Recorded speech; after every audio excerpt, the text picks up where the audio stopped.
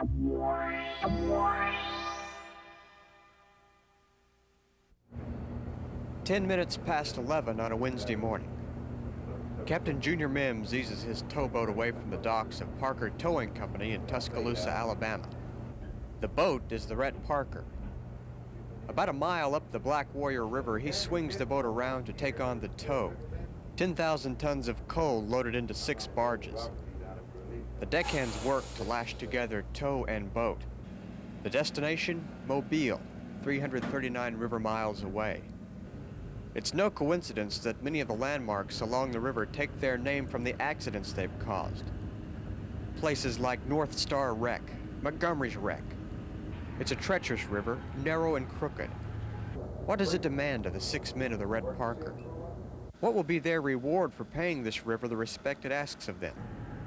What is there about a river, a simple channel of water, that draws men to it to live their lives?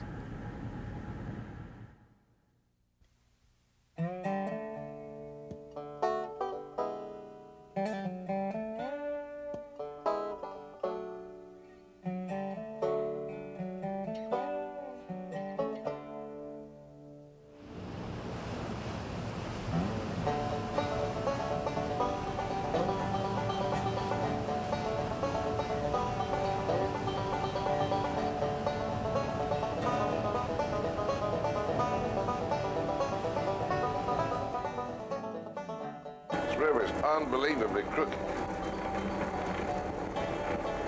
It covers every point on the compass.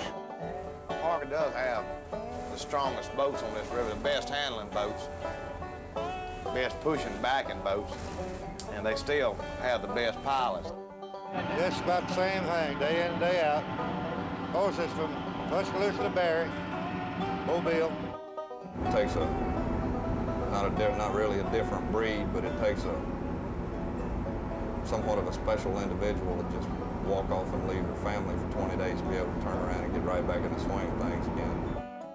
It's a way of life out here, really. It's not a job by no means. Single man, it's all right. Ain't got nothing else to do. Get in trouble if you're home. These 6 men, 2 pilots, 2 engineers, 2 deckhands, will work on the river 20 days before they are off for 10. 20 days on the river. Now that the tow is together, the next thing to be done is tear it apart. Oliver Lock in Tuscaloosa, the oldest lock on the waterway, is too narrow for a tow 3 barges wide. The crew will have to split up the tow, take 4 barges through the lock, and then come back for the other 2. It will take more than 2.5 hours to get the tow past this bottleneck. Up in the wheelhouse, there's been a change of watch, and a new pilot is behind the sticks. Engineers and pilots work 6 hours and are off 6 hours around the clock. Deckhands work whenever they're needed, regardless of the time. Even though it's just past 1 in the afternoon, the first watch pilot and engineer have gone to bed. They'll be back on duty at 6 p.m. Okay, Bruce, somewhere out there. Bobby Landau nudges the throttle just enough to let the Rhett Parker crawl into the lock. At 27 years of age, he understands what may be the most important characteristic for a pilot to have. Patience. Patience is a good quality. You've got a lot of barge damage and boat damage that usually goes to being impatient. You know, that you just trying to make an extra mile or something. Once in the lock, a huge gate swings shut behind the towboat. Because of the dam, the water upriver is higher than the water downriver. The lock acts as an elevator and lowers the tow to the next level. On the barges, the deckhands tie up to the wall of the lock to keep the towboat from moving around. Once the water in the lock is at the same level as the water below the dam, gates open on the opposite end of the lock. Oliver Lock is so small that a pilot has to swing the towboat sideways to make room for the gate to open.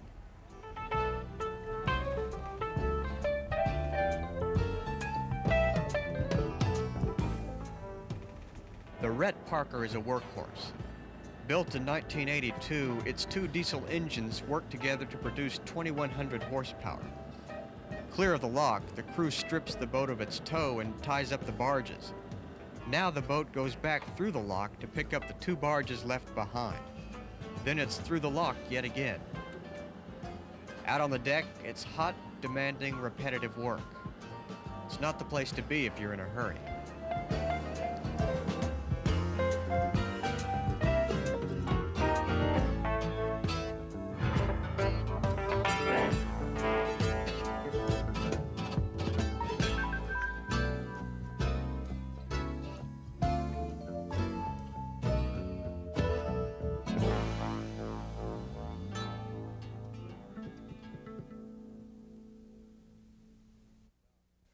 4 hours after leaving the company dock, the Rhett Parker is again a 6-barge tow.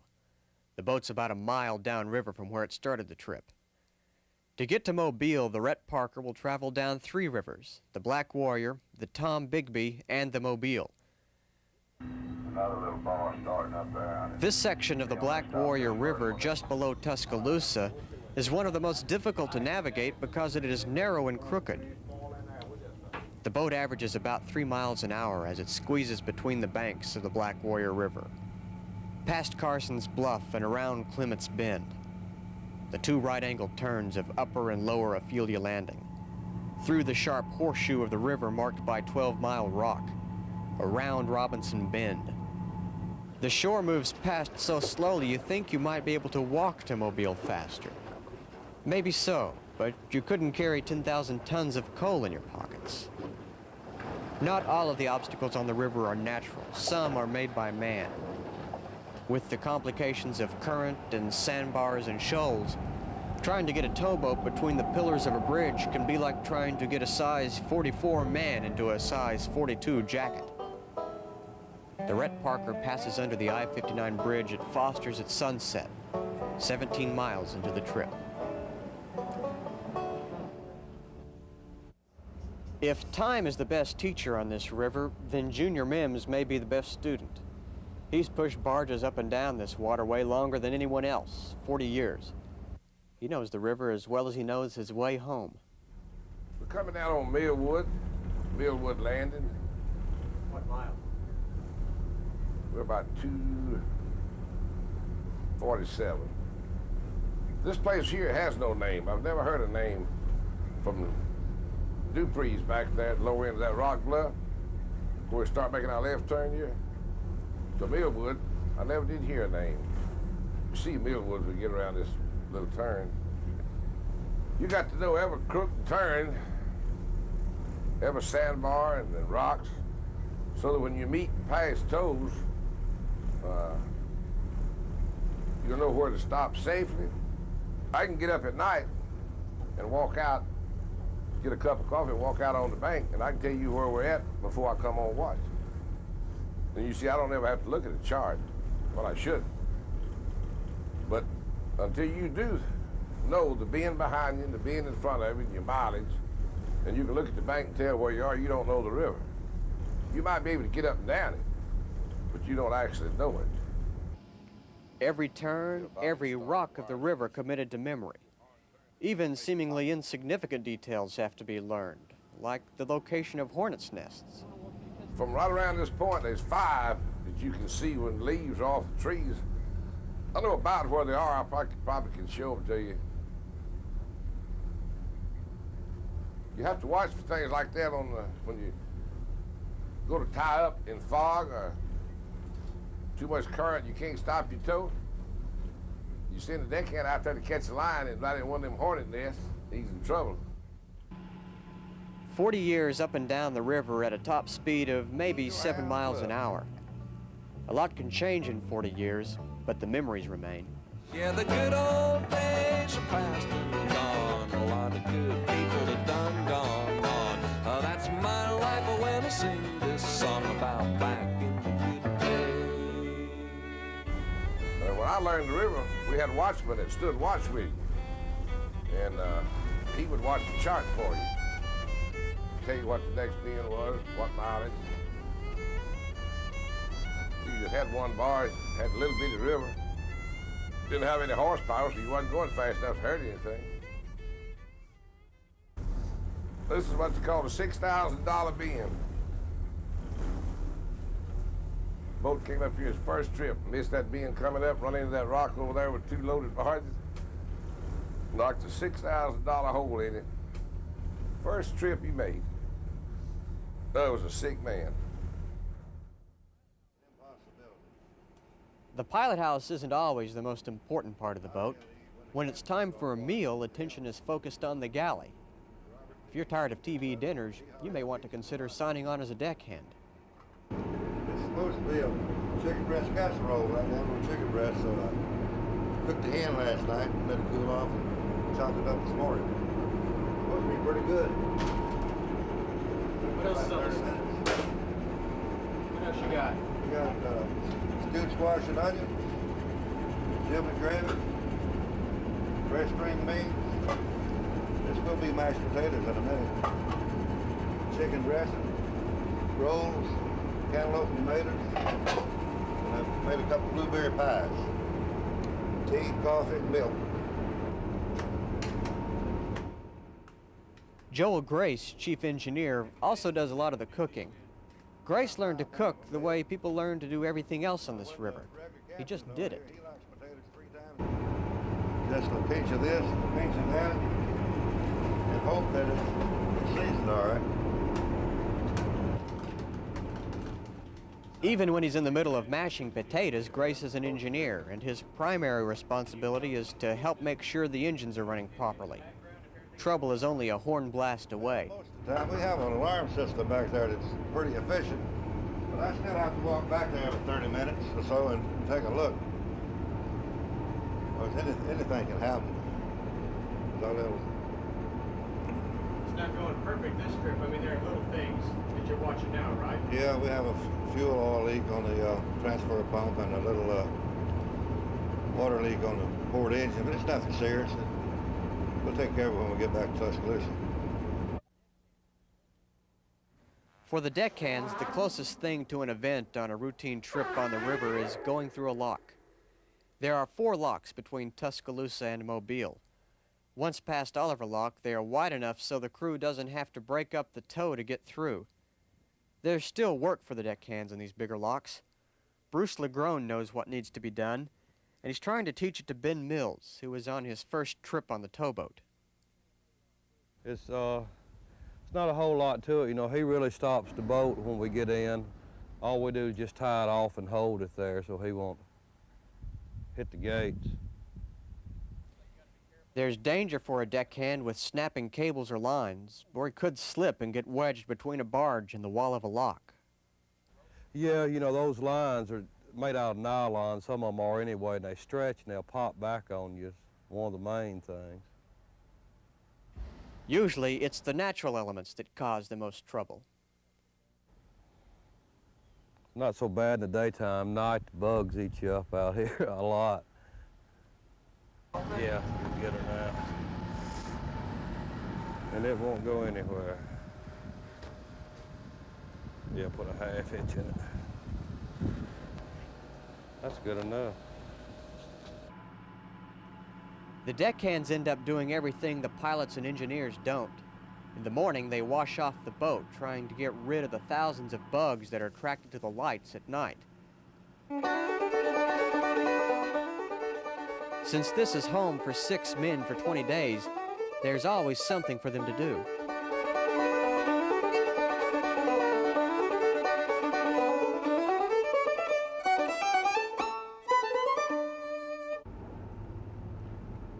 Yeah, you know, it passes away the time out here. You can only do so much sitting and eating. You know, you get fat and bored, you gotta do something. There's work to be done on the barges, too.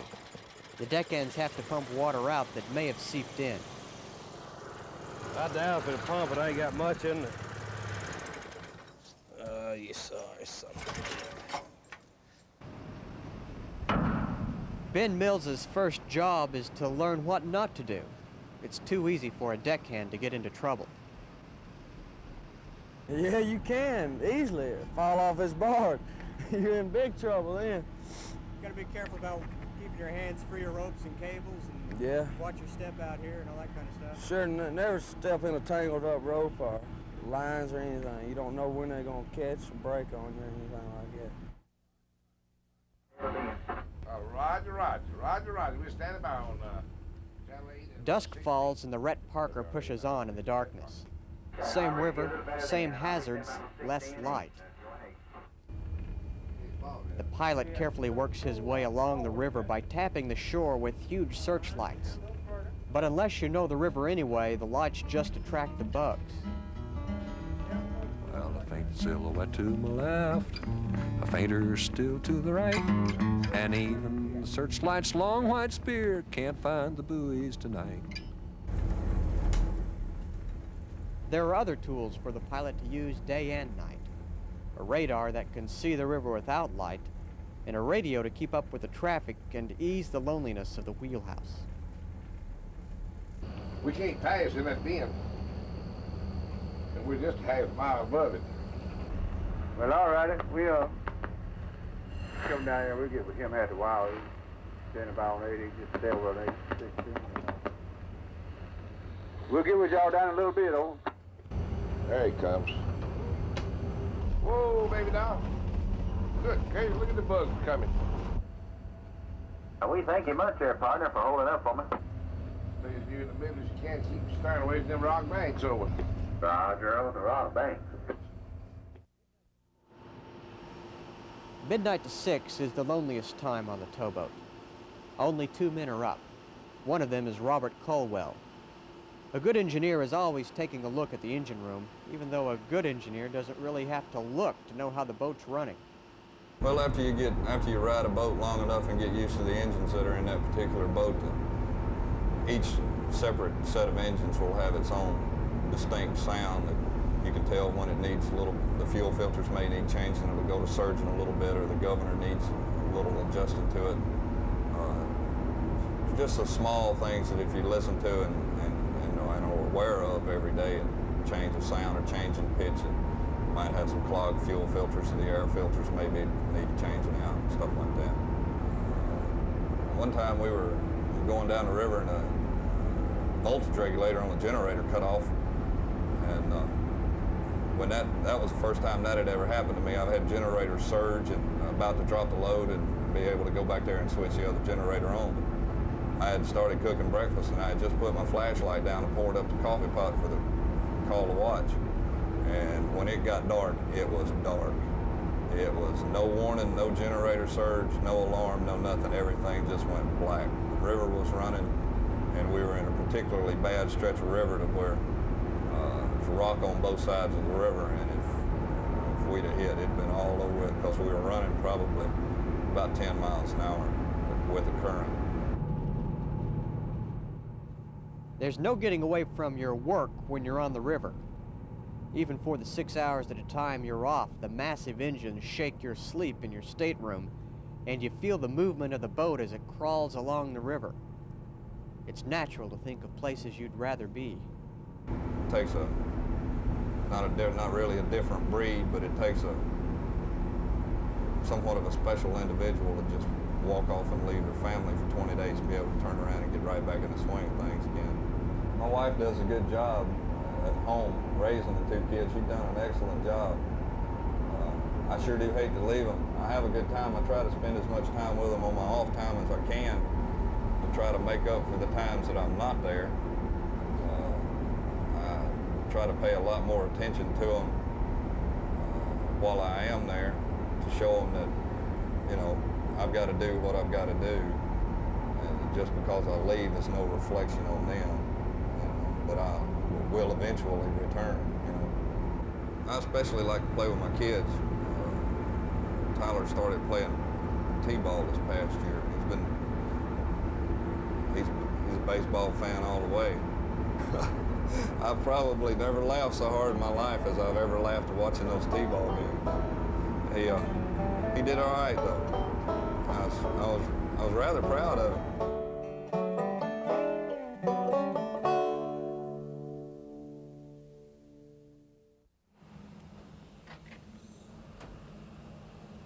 What's compelling about the river is not that it can be powerful and fierce. It's not that it can be tranquil and relaxing.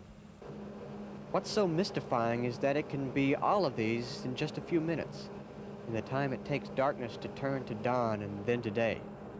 Friday it happened as the Rhett Parker walked through Coffeyville Lock, 117 miles from Mobile.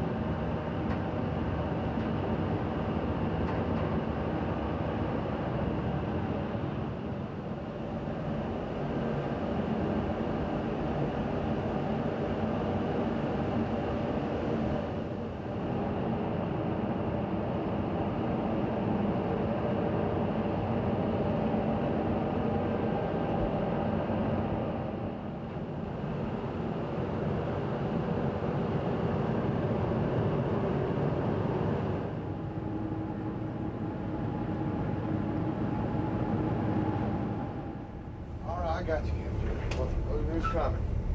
I'll tell you about this boat, James, that came up here in high water. Only had one pilot. So the pilot had been up so much when he turned into Warrior River. He said, "You don't need me now, Captain, just stay in the widest river." So got up here to Big Prairie Creek where the water was up high, and Big Prairie Creek is wider than the river. So he turned up Big Prairie Creek, went clean to Highway 69 to a bridge. Woke the pilot up out there blowing for that bridge. The pilot knew there wasn't no bridge to raise, you know, till you get the Warrior Lock above it. He got up and looked out and said, "Where you at, Captain?" He said, "I just stayed in the widest river, Captain. So I got a bridge here, but I can't get it open." He said, "Man, you 7 miles out of the river. Let's turn around and go back." Looked at that Big Prairie Creek. Who's coming, Junior? Nobody above Lock 4. That Bottle of Rose is locking down there, but I imagine he's going up to Tombigbee. You get by that field pipe, he's still ahead of us. He's right around to being ahead of us. You probably see him before you get to Yellow Creek. Maybe we can get him before we get to the lock. Almost catching him. All right. You might get him backbone. Uh-huh. I'm gonna get with him. He'll get with me in just a minute. Let me know what side to come by him on. And we'll slide on by him, which is just a common courtesy. He doesn't have to let us by. There's no rules or regulations governing. He just gonna let us ride by him, slide by him. That's third generation. My grandfather was a captain on the old dredge Guthrie, and Daddy's been here with Parker for about 20 years. I used to come and ride with my father on the Alice Parker back when we were 8 or 10 years old. Used to come ride once a summer for 1 week or 2 trips or whatever, me and my younger brother. And now that was very exciting. Had all my friends wanting to go, you know. But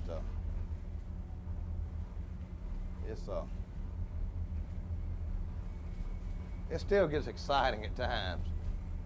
I'm gonna get over here and get her going down this west bank. Let you come on by on the two. As soon as I get this flag, pull it down and run out. I'll go ahead and pull it back. Over. All right, we appreciate it, Joe. Everybody starts out as a deckhand, works their way up. Works their way through the engine room. Then works their way into the wheelhouse if they're lucky. Luck has a lot to do with being in the right place at the right time. All right, Bobby, we standing by, and we'll see you there in a little while for the Chinese bill, Bobby. All right, we appreciate it, Joe. The Red Park WRA 9180. Like I say, it all boils down to pride. You know, everyone has pride in what they do out here, I believe. A majority of people, I know all your wheelhouse personnel and the engineers do. This is a great opportunity right here.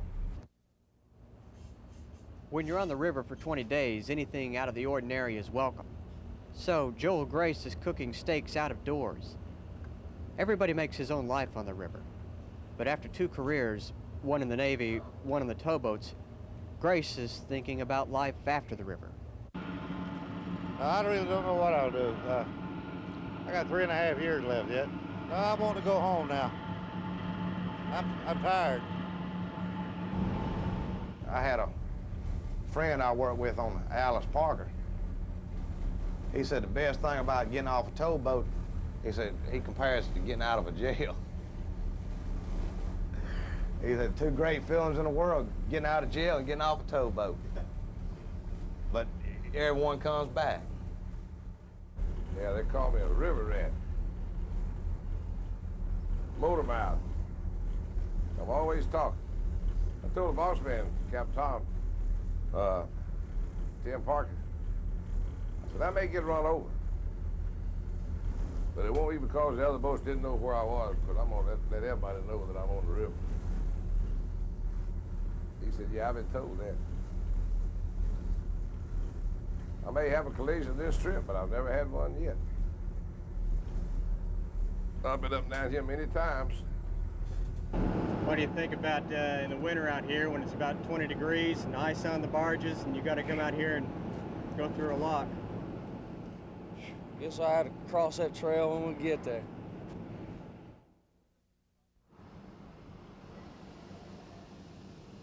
At 8:30 Friday night, the Rhett Parker reaches Berry Electric Generating Plant 30 miles upriver from Mobile. The first leg of the journey is complete as 2 of the barges will be left at the plant. The deckhands fight through swarms of willow flies and direct the pilot to where the barges will be split off and tied up. Tonight, these men are 3 days into the river and 17 days from home.